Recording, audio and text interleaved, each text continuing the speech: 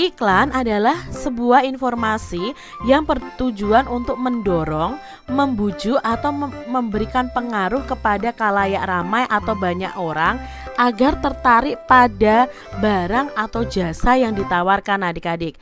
Nah, tujuan iklan itu memberikan pemberitahuan kepada khalayak ramai tentang suatu produk atau jasa.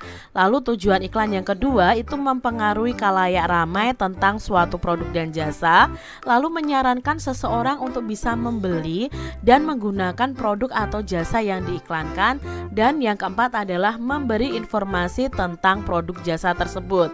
Itu tujuan iklan ya. Yang kelima adalah menarik khalayak ramai untuk membeli ya produk atau memakai jasa yang diiklankan.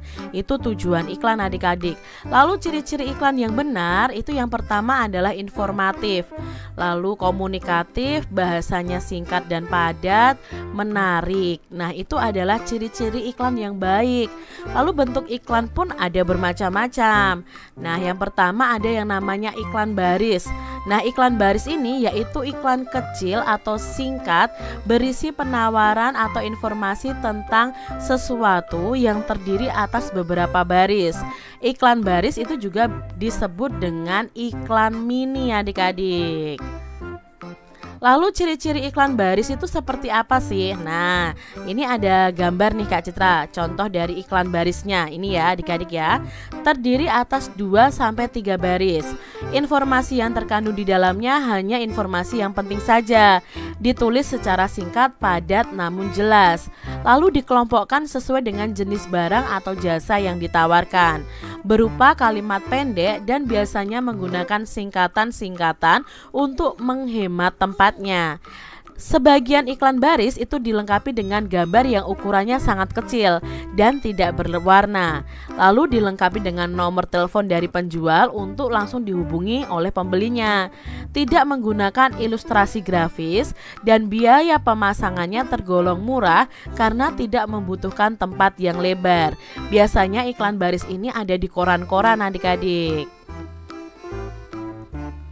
Berikutnya adalah iklan kolom. Nah, iklan kolom adalah iklan yang pemuatannya itu memanfaatkan beberapa bagian kolom dalam halaman surat kabar. Nah, ciri-ciri iklan kolom ini adalah yang pertama, terdiri atas ilustrasi atau gambar atau foto atau bagan dan kata-kata. Ukurannya lebih besar daripada iklan baris, bahkan ada yang penuh satu halaman koran.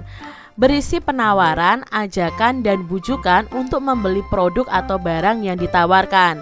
Bisa juga berupa iklan pribadi atau keluarga yang berisi misalnya berita pernikahan, berita duka cita, atau ucapan terima kasih. Nah, ini adalah contoh dari iklan kolom yang ada di koran.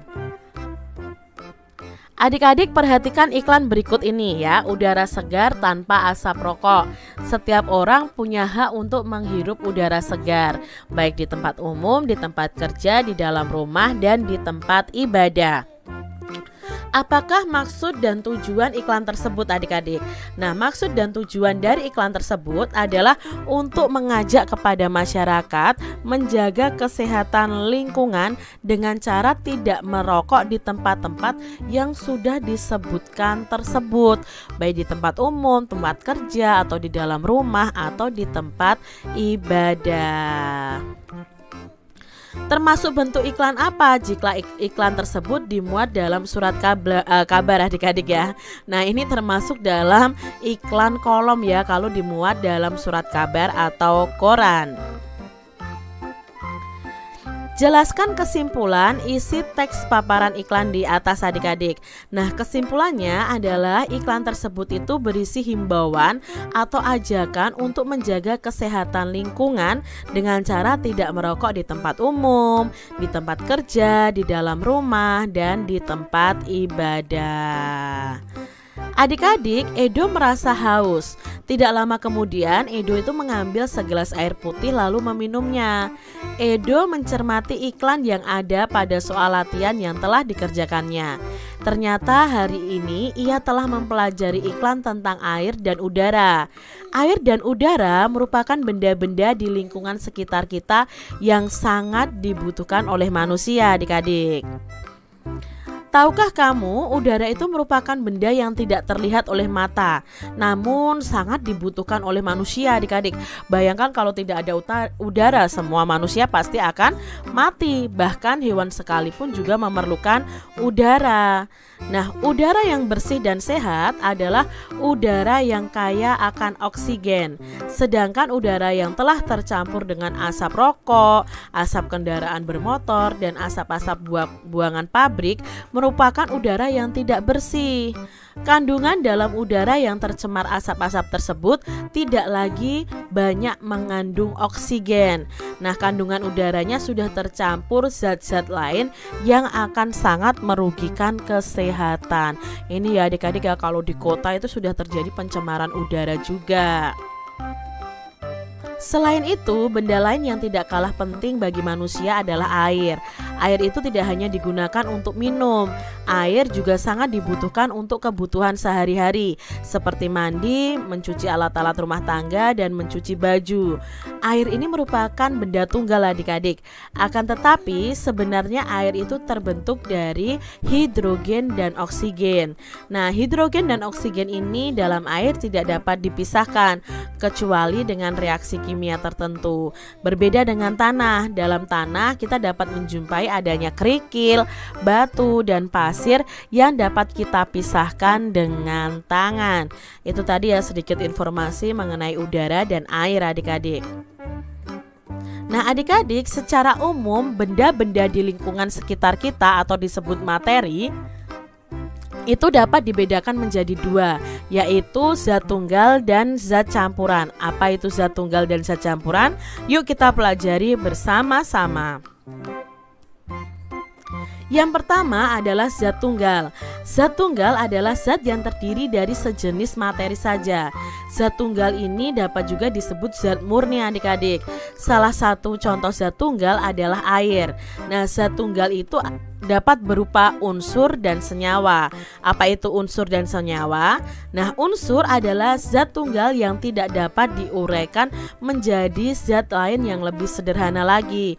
Contohnya besi, emas, aluminium, karbon, nitrogen, tembaga, perak, seng, dan oksigen itu contoh-contoh dari unsur. Sedangkan untuk senyawa itu berbentuk oleh perikatan kimia dari dua atau lebih jenis unsur. Sebagai contoh adalah air. Air itu termasuk dalam senyawa karena terbentuk dari oksigen dan hidrogen. Nah, contoh senyawa yang sering kita jumpai dalam kehidupan sehari-hari adalah garam dapur, gula pasir, asam cuka, soda kue, dan vitamin C. Ini termasuk dalam senyawa. Karena apa? Terdiri dari dua atau lebih jenis unsur. Kalau unsur tadi tidak bisa dipecahkan lagi atau diuraikan lagi adik-adik.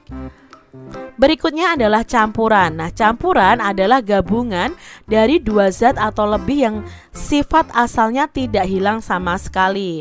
Nah, campuran itu dapat dibentuk dari gabungan unsur dengan unsur atau senyawa dengan unsur dan senyawa dengan senyawa. Beberapa contoh campuran antara lain air laut, lalu air sungai yang kotor, air kopi, air teh, larutan garam, larutan gula, sirup buah, baja, kuningan, udara, dan tanah. Ini adalah contoh-contoh benda di sekitar kita yang termasuk dalam campuran.